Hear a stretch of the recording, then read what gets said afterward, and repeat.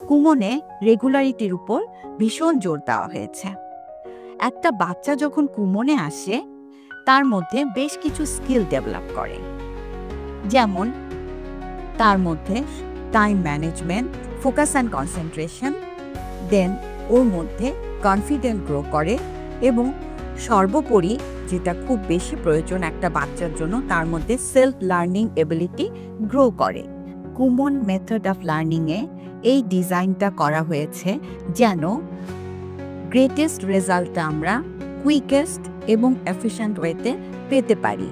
আমরা এই অ্যাপ্রোচটা নেই কারণ প্রতিদিন নির্দিষ্ট পরিমাণ পড়াশোনা করলে অনেক বেশি এফেক্টিভ হয় স্টুডেন্টের জন্য।